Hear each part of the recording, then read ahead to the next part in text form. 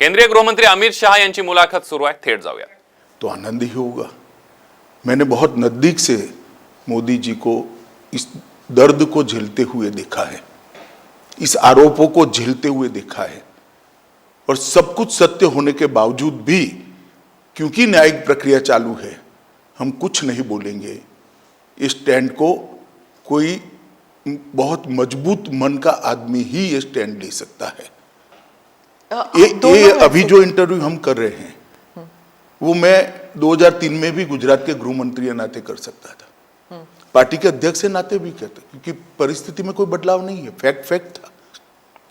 परंतु संपूर्ण न्यायिक प्रक्रिया जब तक समाप्त नहीं हुई तब तक मोदी जी ने इसको प्रभावित करने के लिए कुछ नहीं कहा, चुपचाप उसको सहन करते रहे. मैंने आपसे भी पूछा ये सवाल, मैंने मोदी जी से भी पूछा, और आप दोनों यही कहते थे कि न्यायिक प्रक्रिया चालू है इसलिए मैं कुछ बोलूंगा नहीं. आपने भी यही कहा और मोदी जी ने भी यही कहा. 19 साल हो गए हैं, तो 19 साल में आप इधर उधर की बातें करते थे, पूरा आप डिटेल में नहीं जाते थे. अब आप क्या बता सकते हैं कि क्या हुआ उन दिनों में? सबसे पहले 19 साल के बाद सुप्रीम कोर्ट की खंडपीठ ने आज जो जजमेंट दिया है, उस जजमेंट से मोदी जी पर लगे हुए सारे गलत आरोप को खारिज कर दिया गया है. और ये भी कहा गया है कि कुछ लोगों ने उस आरोपों को पॉलिटिकली मोटिवेटेड तरीके से लगाया था. To keep the pot boiling कहा. हाँ, वेस्टेड इंटरेस्ट था. कौन थे वो आपके हिसाब से? नाम मैं बताता हूं बाद में. और तीसरा, इससे भारतीय जनता पार्टी की सरकार पर जो धब्बा लगा था वो भी धुला है. और मोदी जी जैसे वैश्विक नेता पर जो गलत आरोप लगाए थे, मैं मानता हूं कि लोकतंत्र के अंदर मोदी जी ने संविधान का सम्मान कैसे हो सकता है, इसका एक आदर्श उदाहरण सभी राजनीति में काम करने वाले लोगों के सामने करा. मोदी जी की भी पूछताछ हुई थी, किसी ने धरना प्रदर्शन नहीं करा था. देश भर से कार्यकर्ता आकर मोदी जी के समर्थन में सॉलिडारिटी के लिए खड़े नहीं हुए थे. हम कानून को कोऑपरेट किए थे. मेरी भी अरेस्ट हुई थी, कोई धरना प्रदर्शन नहीं करे थे. और जब सत्य इतनी लंबी लड़ाई के बाद बाहर आता है विजयी होकर, तो सोने से भी ज्यादा उसकी चमक होती है. और मुझे बहुत अच्छा लग रहा है कि आज जिन लोगों ने भी मोदी जी पर आरोप लगाए थे, अगर उनकी अंतरात्मा है तो उन्होंने मोदी जी की और भारतीय जनता पार्टी की क्षमा मांगनी चाहिए. सिर्फ आरोप लगे थे क्या? दंगे हुए तो थे ना? आरोप क्या था? दंगे मोटिवेटेड थे. दंगों में राज्य सरकार का हाथ था, दंगों में मुख्यमंत्री का हाथ था, यहां तक भी कह गए. आरोप यह था. दंगे से कौन इनकार कर रहा है? देश में दंगे कई जगह पे हुए हैं. तो क्या उन दिनों में आप भी थे वहां पर? तो उन दिनों में क्या पुलिस जो है, जो कहते हैं कि पुलिस कुछ कर नहीं पाई, जो कुछ ऑफिशियल्स थे वो they were not able to do much, और बहुत से लोग कहते हैं कि वहाँ पॉलिटिकल जो व्यू था इस वजह से ना तो पॉलिटिकल ना तो ब्यूरोक्रेसी ना ही पुलिस इतना कर पाई रोकने के लिए, दंगे रोकने के लिए. देखिए, भारतीय जनता पार्टी की विरोधी राजनीतिक पार्टियां, कुछ आइडियोलॉजी के लिए राजनीति में आए हुए पत्रकार और कुछ एनजीओ ने मिलकर, ये त्रिकूट ने मिलकर ये आरोपों को इतना प्रचारित किया, और इसका इकोसिस्टम भी इतना मजबूत था कि धीरे धीरे झूठ को ही सब सत्य मानने लगे. पर उस वक्त तो आपकी सरकार दिल्ली में भी थी और आपकी सरकार गुजरात में भी थी, तो फिर मीडिया को या फिर उन लोगों का नेटवर्क इतना स्ट्रांग कैसे था? हमारी सरकार का कभी भी मीडिया के काम में इंटरफेरेंस का दखल ही, मतलब हमारा एटीट्यूड ही नहीं है. ना उस वक्त करा था, ना आज कर रहे हैं. परंतु उस वक्त जो इकोसिस्टम बनी थी, वो इकोसिस्टम ने एक झूठ के पुलिंदे को इतना हवा बनाकर जनता के सामने खड़ा कर दिया कि इसकी इन्फ्लुएंस में सभी लोग थे.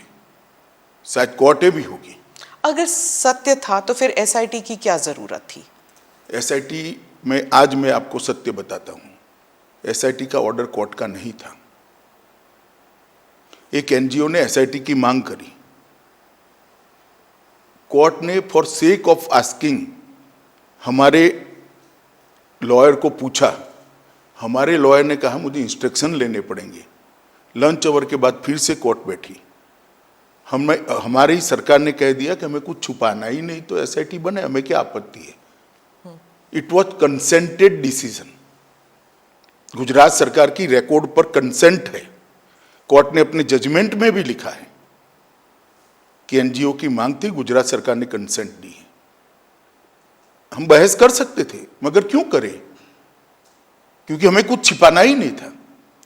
आज जब जजमेंट आया है तब तय हो गया है कि जजमेंट में लिखा हुआ नाम मैं बोलता हूं,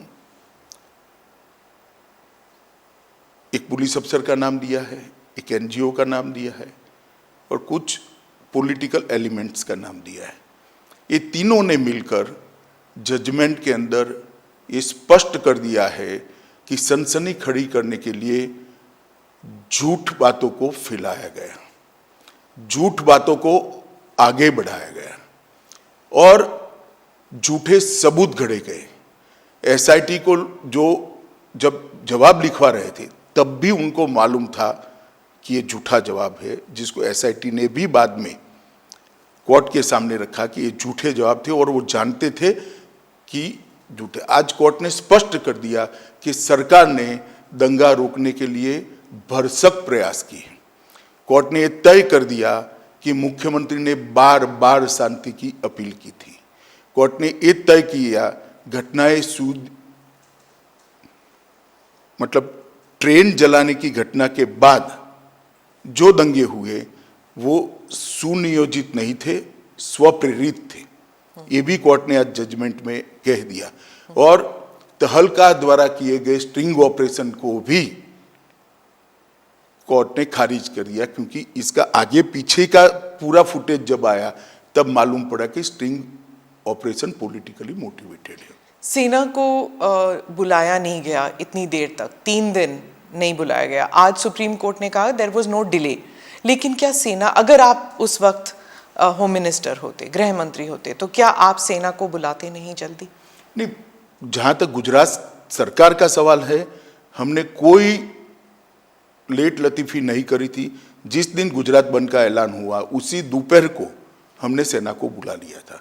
सेना को पहुंचने में थोड़ा समय लगता है।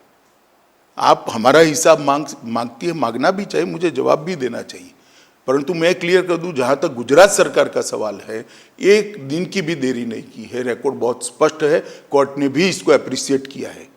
परंतु दिल्ली में सेना का मुख्यालय है, दिल्ली में इतनी सेना है, जब इतने सारे सिख भाइयों बहनों को मार दिया, 3 दिन तक कुछ नहीं हुआ। कितनी एसआईटी बनी? हमारी सरकार आने के बाद एसआईटी बनी। कितनी अरेस्ट हुई? इतने सालों तक सिख नरसंहार में विपक्ष की सरकारें रही, कभी अरेस्ट नहीं हुई, और वो लोग हम पर आरोप लगा रहे हैं पार्शियलिटी के।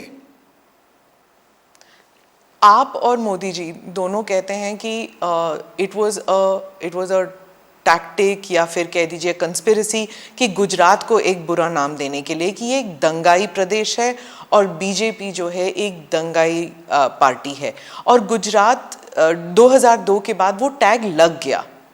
क्या आप मानते? मैं और मोदी जी नहीं कहते, भारतीय जनता पार्टी नहीं कहते कि हम पर टैग लगाने का झूठा प्रयास किया। अब सुप्रीम कोर्ट भी कहती है कि झूठा टैग लगाने का प्रयास किया। आप लोकतंत्र में संविधान को भी नहीं मानेंगे, सुप्रीम कोर्ट को भी नहीं मांगेंगे। पॉलिटिकल स्टेटमेंट सच्चे या सुप्रीम कोर्ट का सब एविडेंस एप्रिशिएट कर कर लिया गया फैसला सच्चा, ये देश की जनता ने तय करना पड़ेगा। आप जैसे पत्रकारों ने भी तय करना पड़ेगा। और अगर ये मत बनता है कि सुप्रीम कोर्ट का एप्रिशिएट हुआ एविडेंस एप्रिशिएट करने के बाद दिया गया फैसला सच्चा है, तो अब क्वेश्चन उठाने चाहिए। पत्रकारों की जिम्मेदारी है, जिन्होंने आरोप लगाए थे उनके पर पूछना चाहिए उनको कि क्या आधार था ये आरोप का। और आधार था तो क्यों नहीं गए सुप्रीम कोर्ट में? आपने एनजीओज का जिक्र किया, कौन से एनजीओज हैं, क्या किया उन्होंने? देखिए, मैंने बहुत हरीडली जजमेंट को पढ़ा है, मगर इसमें तीस्ता सेटलवाड का नाम बहुत स्पष्ट दिया है। तीस्ता सेटलवाड की एनजीओ थी, नाम तो मुझे मालूम नहीं है उनका। उन्होंने हर थाने में इस प्रकार की भारतीय जनता पार्टी के कार्यकर्ताओं को इन्वॉल्व करने वाली एप्लीकेशनें दे दी थी, और मीडिया का दबाव इतना था कि सभी एप्लीकेशनों को सच मानकर ट्रीट किया गया।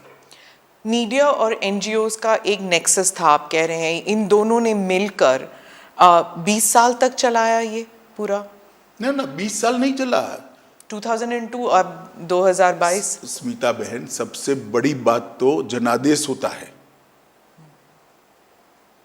और जनता सब देखती है। 130 करोड़ लोगों के 260 करोड़ आंख होती है, 260 करोड़ कान होते हैं, सब देखती है, सब सुनती है। हम कभी चुनाव नहीं हारे।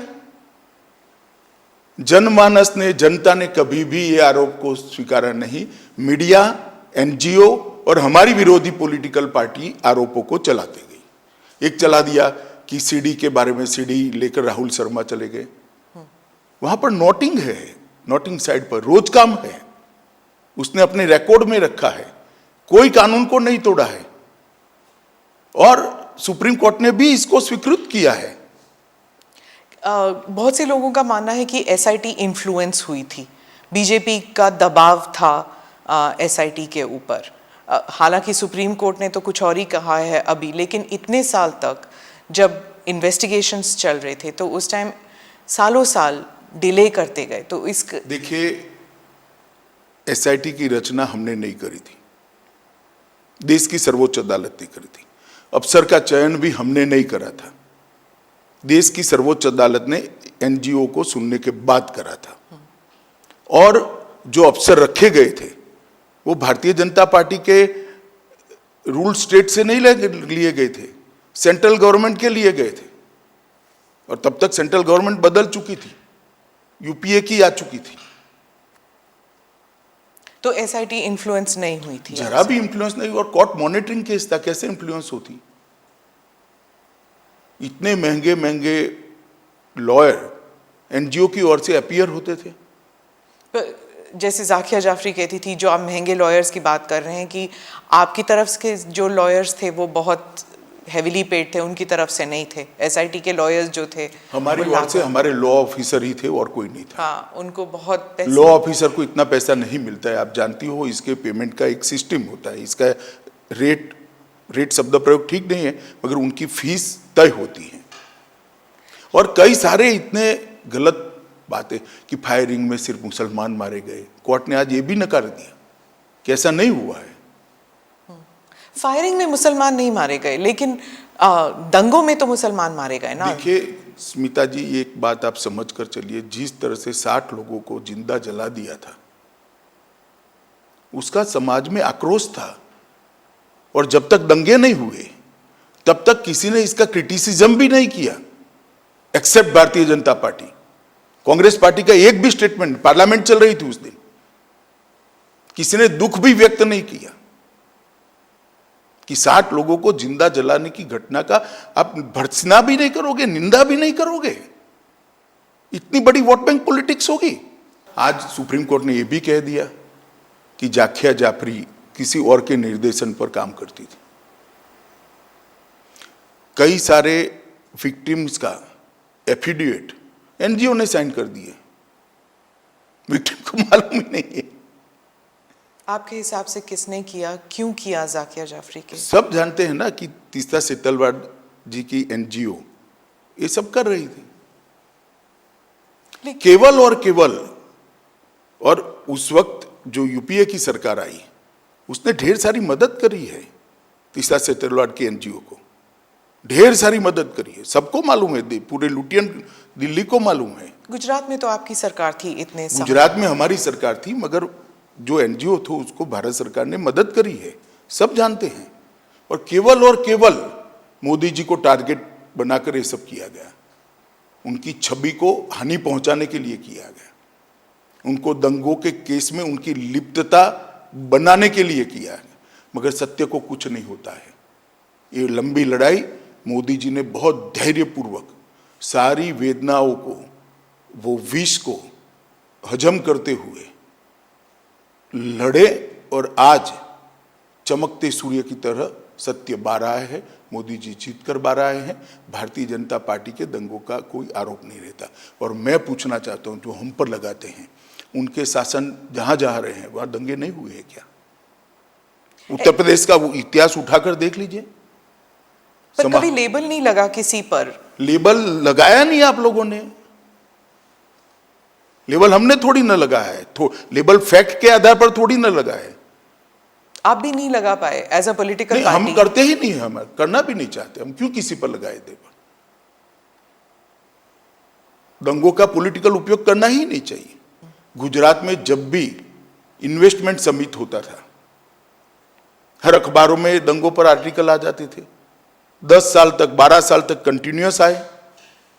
मोदी जी जब भी विदेश जाते थे, उनको एम्ब्रेस करने के लिए विदेश के अखबारों में आर्टिकल छपाए गए।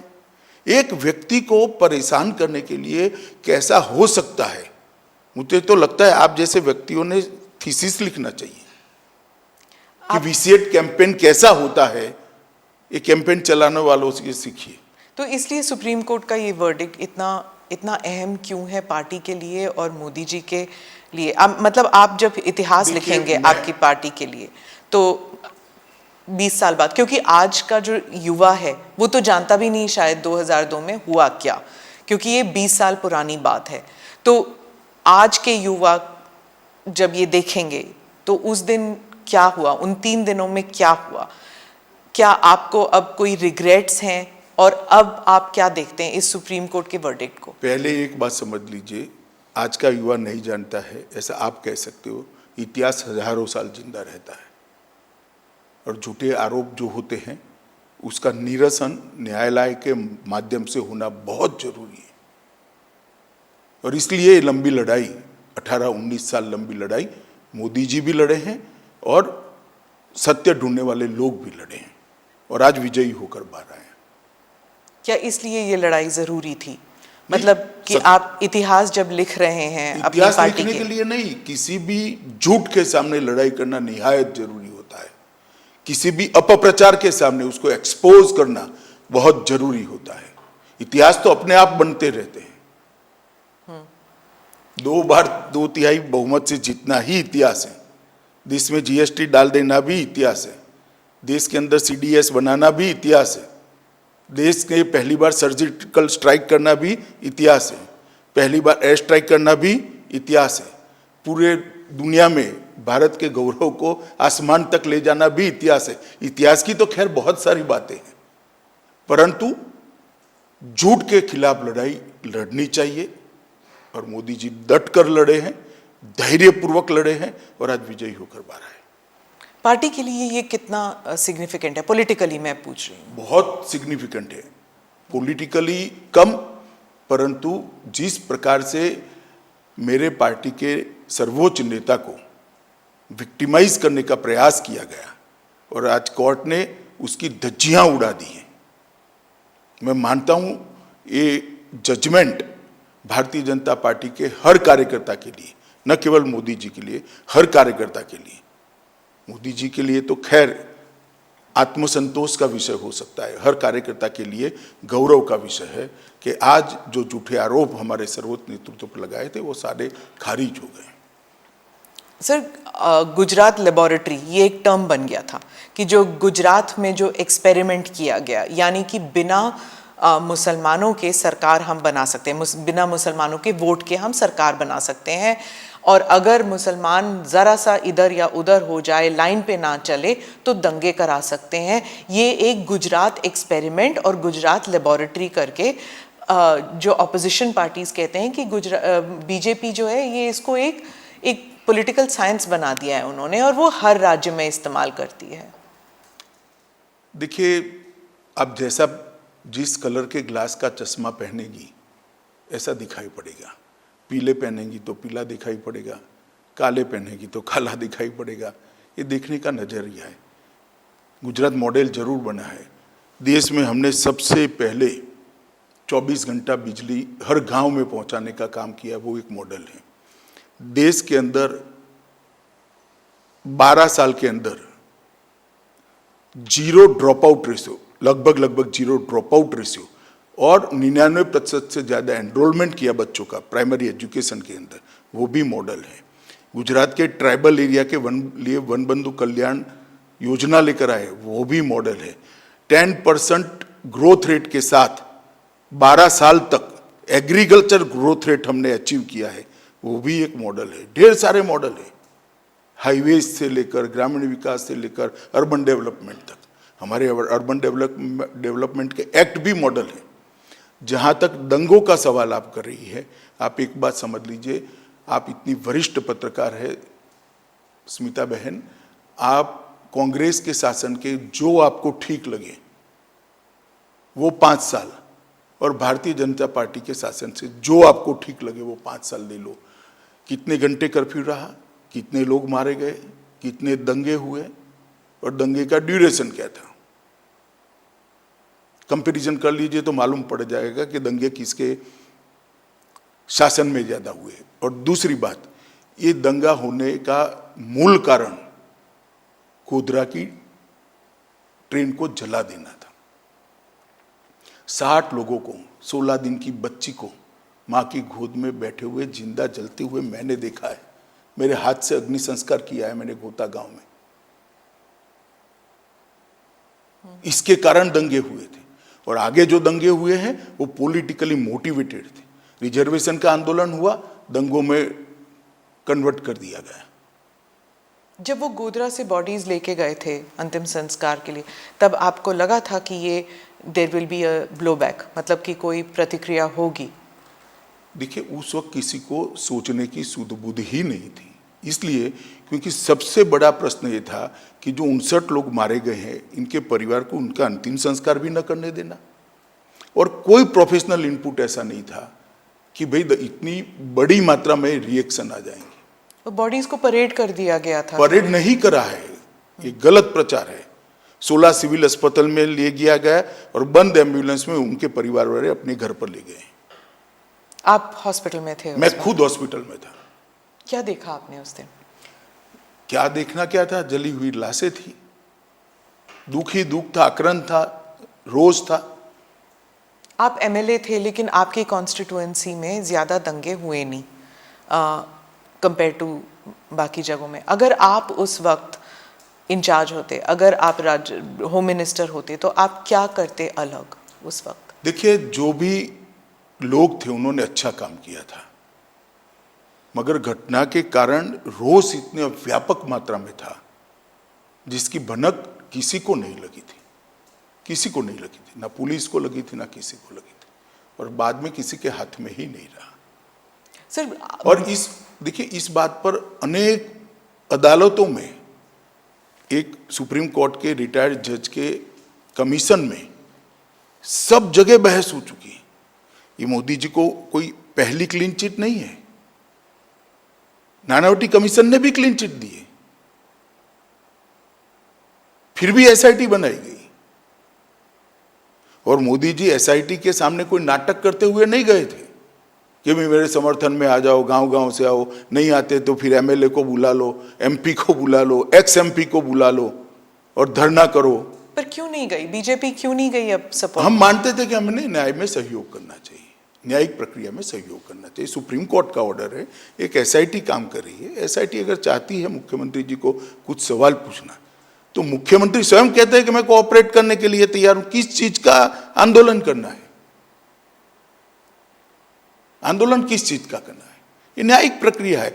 हमारे यहाँ कोई भी व्यक्ति न्याय की परिधि से बाहर नहीं है। नहीं, दैट आई एग्री, लेकिन आप खुद कह रहे हैं कि विक्टिमाइजेशन हो रही थी, मतलब आपको आपके खिलाफ जो चल रहा था उस टाइम, मीडिया ट्रायल या एनजीओ, उसके खिलाफ आंदोलन, क्या वो जस्टिफाइड नहीं था? देखिए, ट्रायल के खिलाफ, कोई भी न्यायिक प्रक्रिया के खिलाफ आंदोलन जस्टिफाइड नहीं होता है, क्योंकि हमारा व्यू था वो व्यू सही तभी माना जाएगा जब न्याय की अदालत उस पर थप्पा मारी। मुझे जेल में डाल दिया तो मैं तो कहता ही था मैं निर्दोष था, परंतु जब न्याय की अदालत ने कहा कि मुझ पर गलत केस किया गया, मुझे फंसाने के लिए पॉलिटिकली मोटिवेटेड साजिश थी सीबीआई की, तब इस पर थप्पा लगता है। मेरे कहने से कुछ नहीं होता। उस वक्त लगा आपको कि पार्टी आपके साथ नहीं है? जरा भी नहीं लगा, पार्टी मेरे साथ ही थी। और आपको उस वक्त लगा कि ये पॉलिटिकल वेंडेटा है कि आपको जेल में डाल दिया? मैं तो भाग्य मानता हूं। क्यों?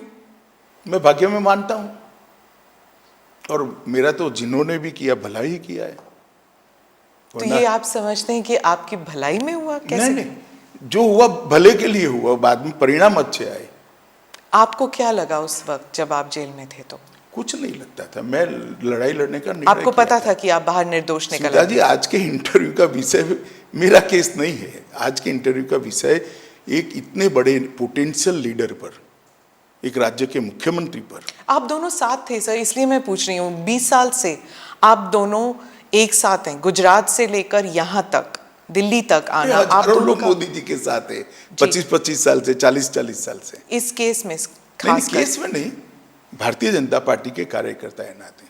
पर ये राइट्स को लेकर जब भी किसी को सोचा जाता है, किसी के बारे में सोचा जाता है, आप दोनों के बारे में, हालांकि आप उस वक्त सिर्फ एक एमएलए थे, लेकिन इस लड़ाई में आप उनके साथ थे हमेशा। नहीं तो लड़ाई मुझे लड़नी है, क्योंकि ये सत्य की लड़ाई है। मेरी पार्टी पर आरोप लगे, मेरे नेता पर आरोप लगे, मैं क्यों नहीं लड़ूंगा?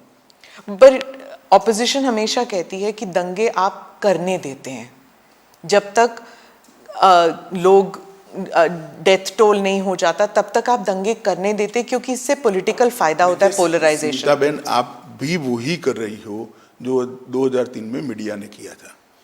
आपके पास इतनी बड़ी टीम है, भारतीय जनता पार्टी की कोई कम राज्यों में सरकार रही नहीं है। हमारी सरकार है, वहाँ पहले कांग्रेस की भी सरकार थी, सपा की भी थी, बसपा की भी थी, तृणमूल कांग्रेस और कम्युनिस्टों की भी है।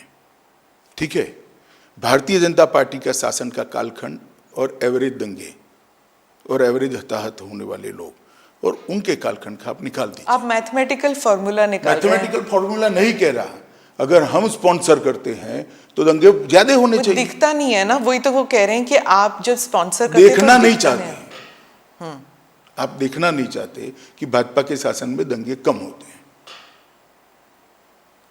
दंगे जब होते हैं, वो कह रहे हैं, ऑपोजिशन कहती है दंगों से फायदा होता है बीजेपी को, पोलराइजेशन से पॉलिटिकल फायदा होता है, इलेक्टोरल फायदा होता है। तो फिर हम ज्यादा कराते हैं, दंगे तो कम हो रहे हैं।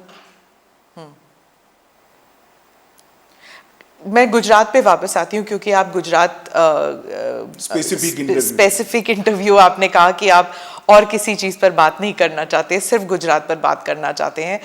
आप मुझे बताइए कि अब आप 20 साल अगर आपको रिवर्स पे देखना पड़े तो क्या मोदी जी कर सकते थे जो उन्होंने नहीं किया?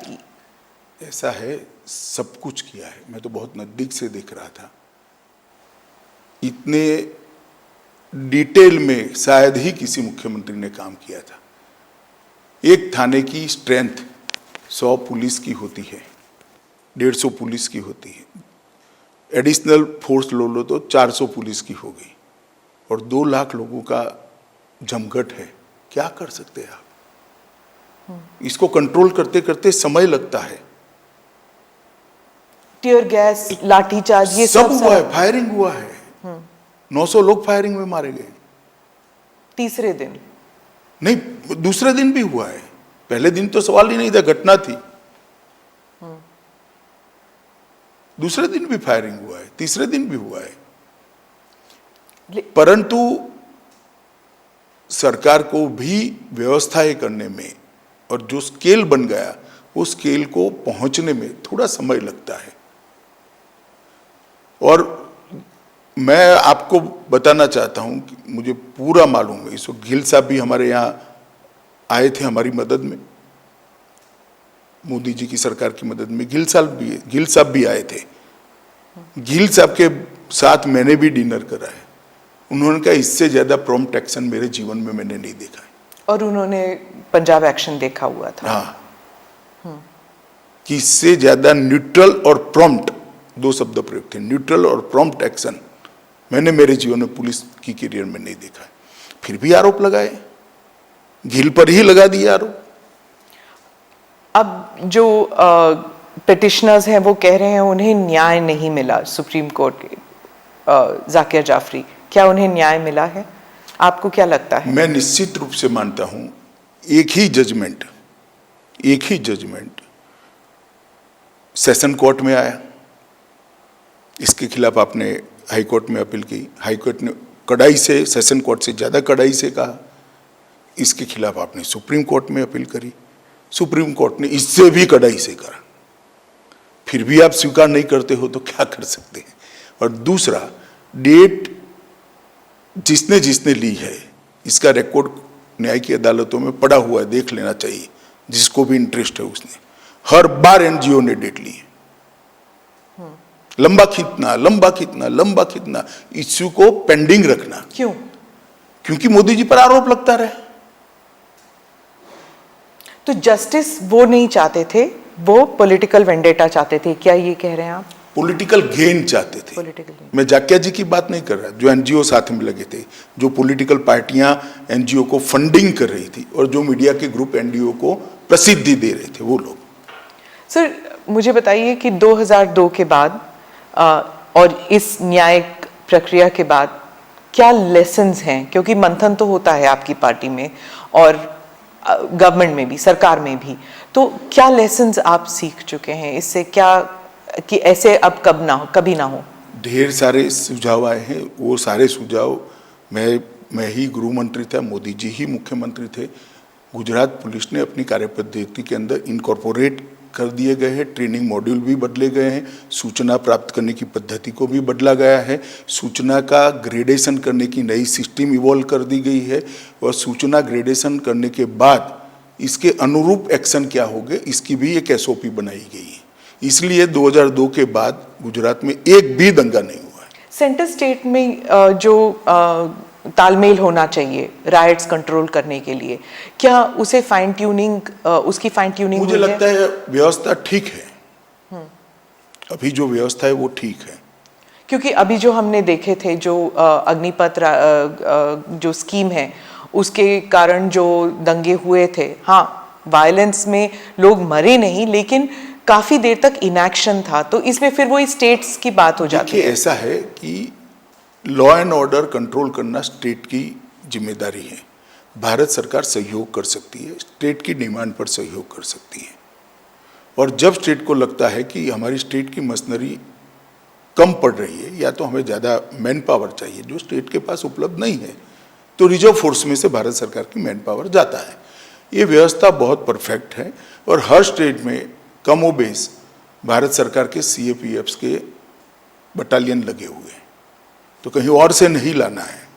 मानो बिहार है तो एसएसबी हमारी तुरंत घंटों में पहुंच सकती है। पर उसमें भी कहा जाता है कि पॉलिटिकली हो जाता है मोटिवेट, जैसे ममता जी कहती हैं कि जो सेंट्रल फोर्सेस हैं वो पॉलिटिकल आदेश पर काम करती हैं। स्मिताबेन, ममता जी को ना आप समझा सकते हो ना मैं समझा सकता हूँ, छोड़िए, इसके आधार पर एडमिनिस्ट्रेशन कैसे तय होगा।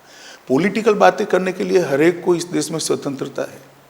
जी, आपका कोई आज जब ये रूलिंग आई है तो आप, एक बार और पूछूंगी मैं कि आपको कैसे महसूस हो रहा है आज के दिन? मुझे बहुत अच्छा महसूस होता है।